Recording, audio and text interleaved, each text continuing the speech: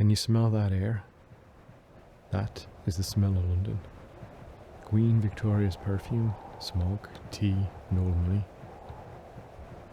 Threadneedle Street, Petticoat Lane, Market. High Barnet, lemon and limehouse, fizzy pop, in a cloudy green bottle. New Kent Road, Swiss cottage cheese, West India keychains, Oxford circus clowns, and Marble Arch supports.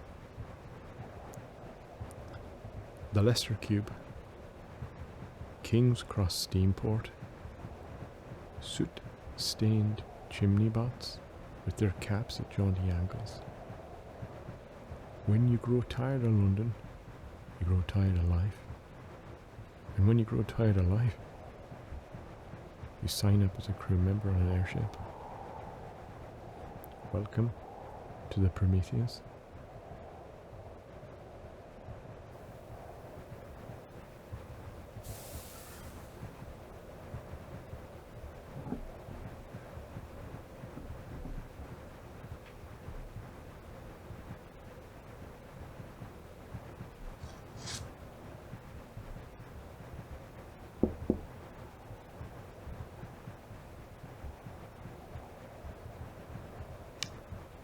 I've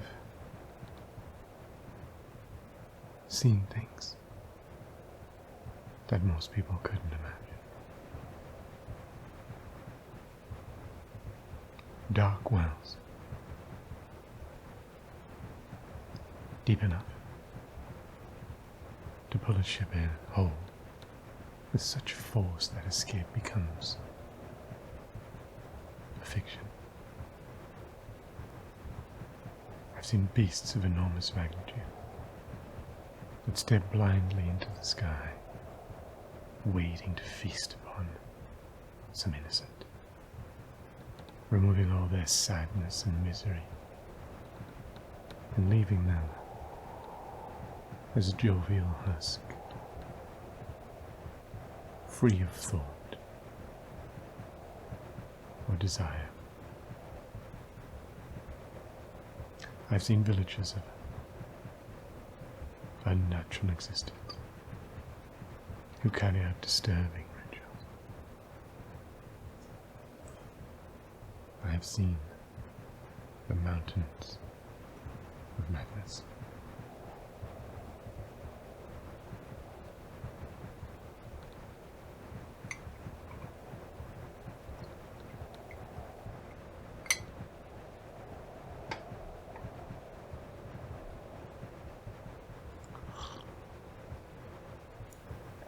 These things draw out the desire to explore. They remove the what and the where from your life. They consume the who and the how of your personality. And thus I am trapped.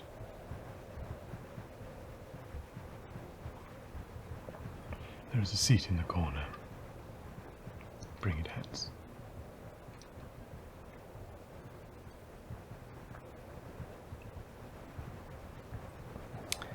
Ask me then, why do I continue as captain? Should I not sell my ship and settle upon some green piece of earth and find comfort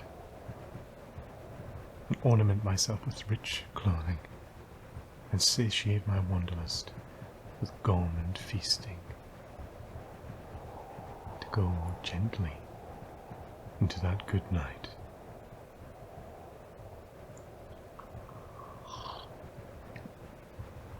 It is not fighting against the dying of the light that I continue on as captain. I find myself going gently into the day just as easily as the night. An easy pace to succumb to nothingness.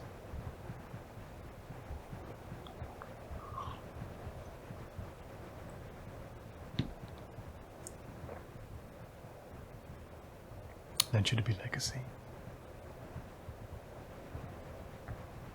For my own father was a captain. until the stars carved out a place in Bedlam for him. The sky madness. Over the course, many people have lost their minds to the stars in the sky. But it is nothing I fear. To be driven mad, one must be sure of one's sanity in the first place.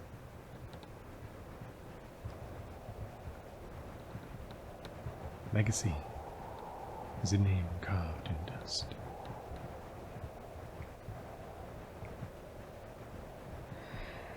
Then, should it be for lack of funds?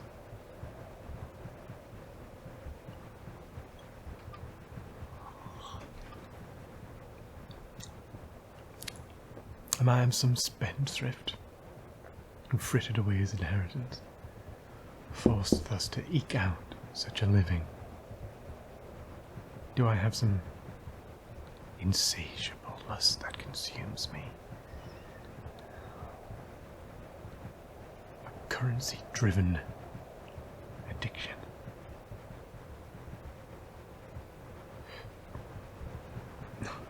In truth, I have not the strength for such a weakness.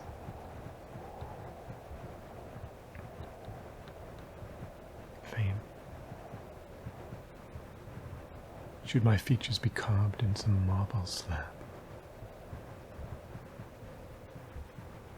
Should when I walk down Regent Street, I'm gazed upon in awe because of my remarkable deeds? And those who pass me by whisper of my accomplishments.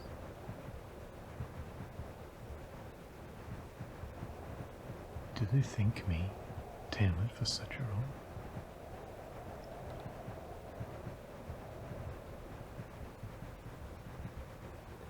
I do not know why. And this lack of awareness drives me to the deepest of despair. Each step I take is unfathomable to me. And yet the way back and the way forward are equally hidden from my eyes.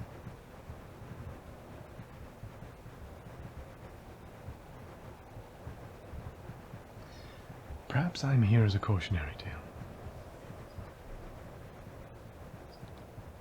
Someone lost. But do not swim too closely to a drowned man.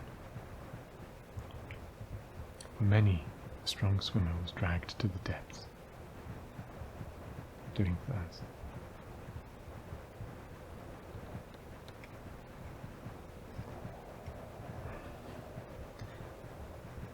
Let me look at you.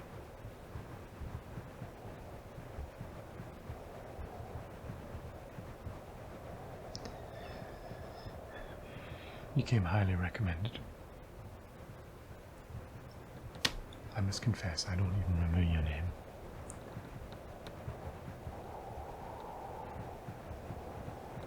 And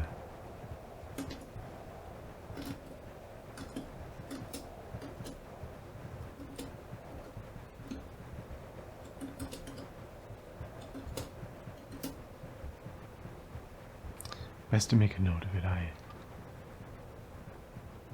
rather forgetful these days.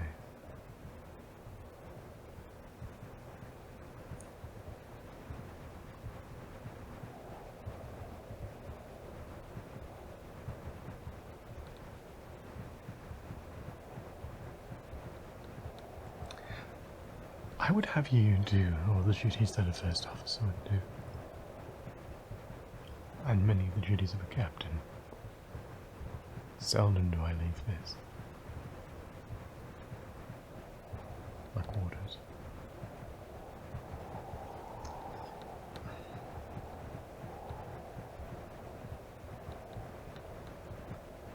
I prefer my sailors with green eyes. The eyes change with the sky madness, and it's easy to detect with green eyes.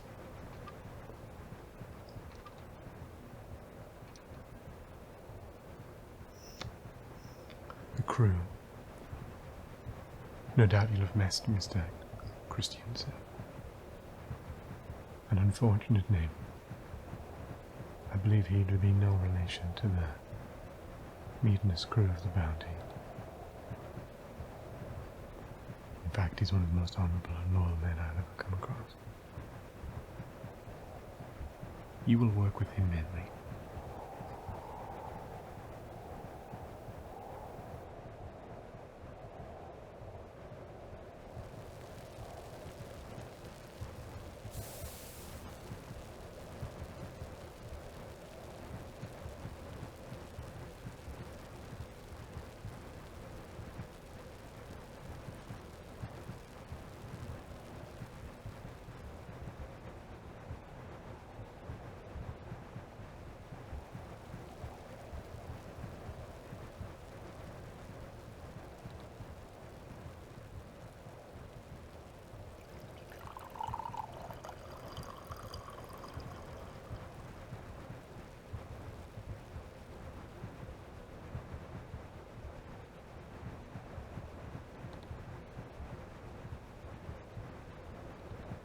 We have a ship's doctor, Dr. Faustus.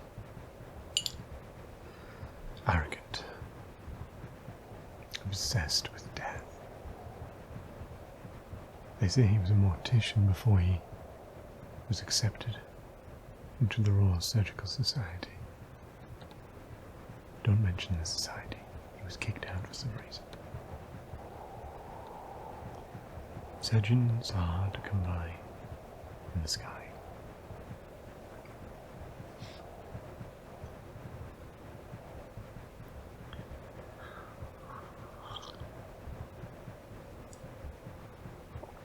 There's Margot, our chief engineer.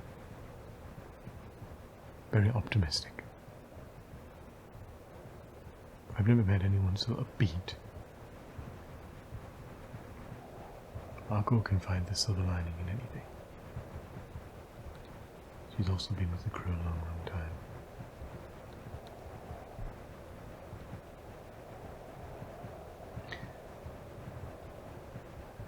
What else do we have?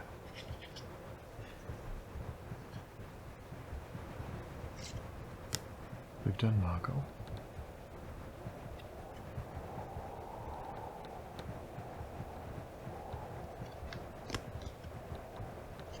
We've done our Dr. Faustus.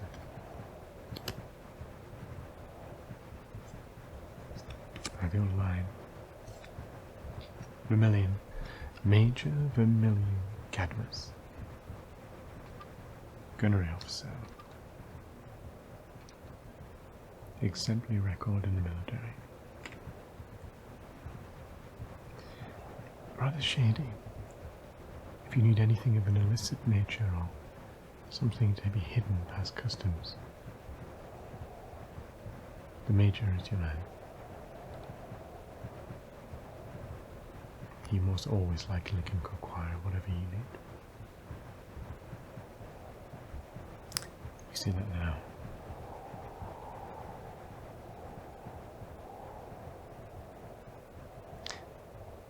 The cook, the patriotic cook, Lancelot Castlebride, intensely patriotic to the point of, well, abnormality, really. Rather unhealthy obsession.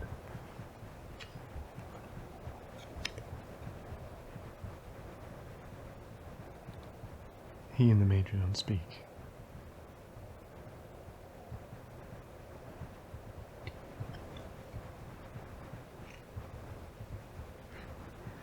I think that is it. Oh, of course. Miss Smith. Miss Smith is just a deckhand, but she is most obviously a spy for the British Empire. Very hard-working and nothing so politically important ever happens on this ship, so we all pretend that we don't know.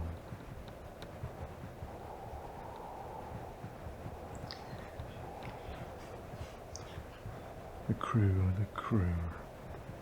and then the journey itself. We have some passengers, but no doubt Mr. Christianson can bring you up to speed on those. The only one I remember is the horse fellow. We do not allow horses on this ship.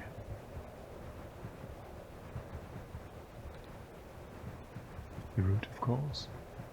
The route.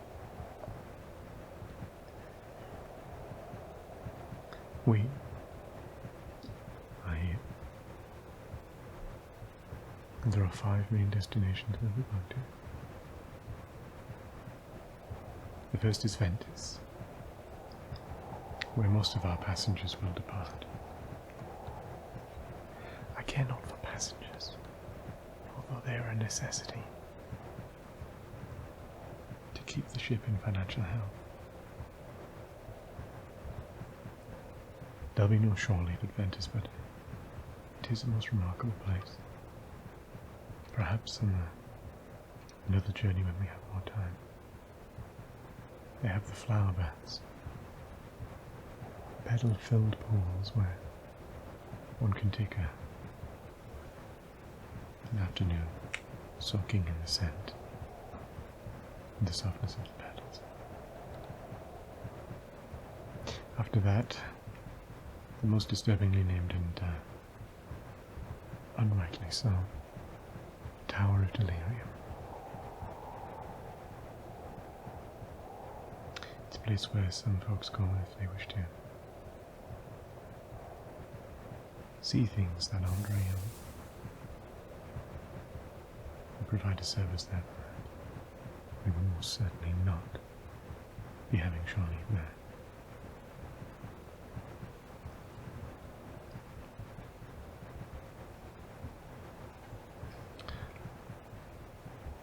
And our final destination for the tourists and the travellers and the passengers is Fort Jacobi, an awful medieval place. And I mean medieval. The Crown subsidizes the place to live in forever. A medieval sense. Castles, chivalry, feasting, all that sort of nonsense, festivals. So people like to go there and pretend the medieval times have been reborn. They even dress up in the same accoutrements. You will be able to tell who's going there.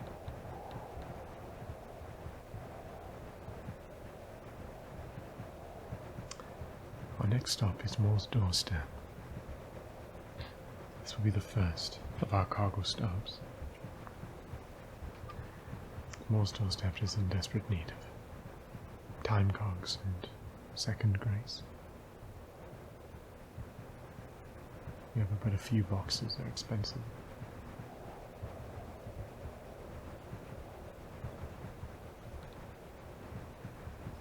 And after that,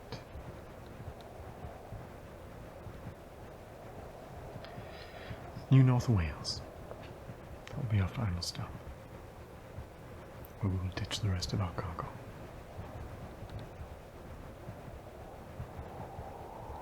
To the capital itself, New Aberystwyth. Yeah, it's a rather wonderful place. I remember being there a few years back. We will take shore leave there. 3 days. Perhaps 2, depending on how quickly we get there.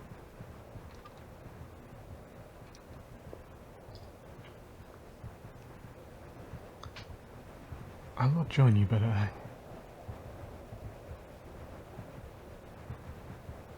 I do remember it being a most wonderful place.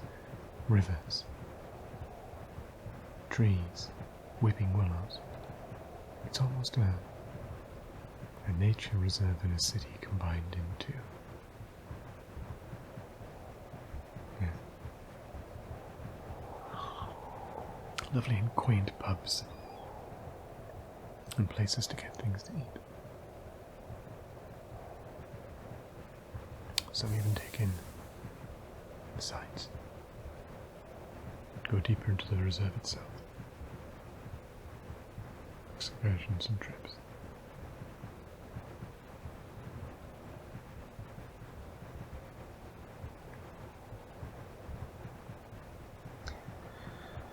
And I think that's all I would have of you.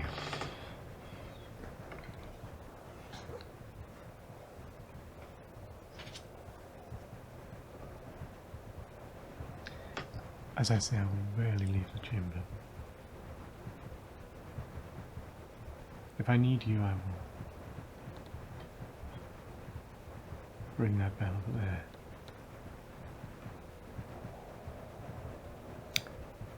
And I'll only ring it for you. So ask not for who the bell tolls. When it tolls for thee.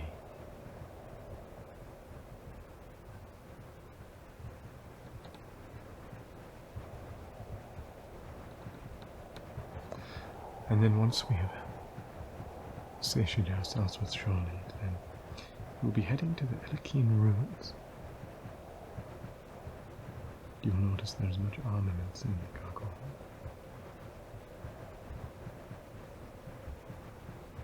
When in the area, I always like to check upon it.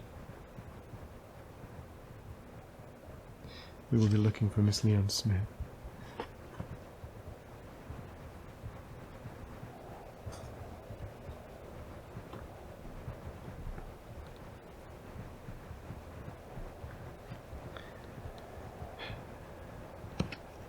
She had 9 lives.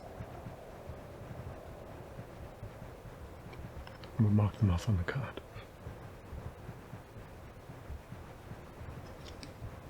One left. So I'm sure one day she will be found.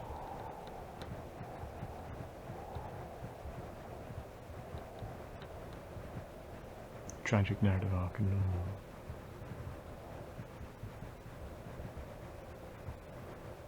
Never have I seen an adventurer and a person of society inhabit both worlds so perfectly.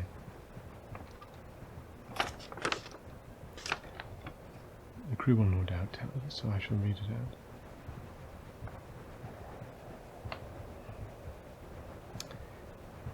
It is with reluctance and regret I deliver the deeply traumatic news. Stop. A camp was discovered by the Elakine ruins, with the possessions and equipment of Miss Leon Smith, but no trace of occupancy for several weeks still. There was evidence of a struggle with a large beast of some kind, and the remains of the accompanying valet to Miss Leon Smith were unearthed and stopped. Although impossible to verify, we can only conclude Miss Smith met with a similar fate and is presumed deceased. My deepest condolences.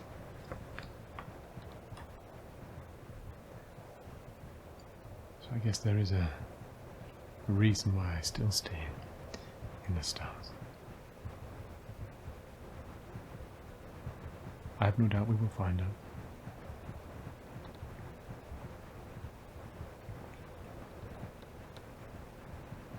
Now, Begone. Leave me to my misery. And treat the crew kindly. They're good people. And they're your wards now.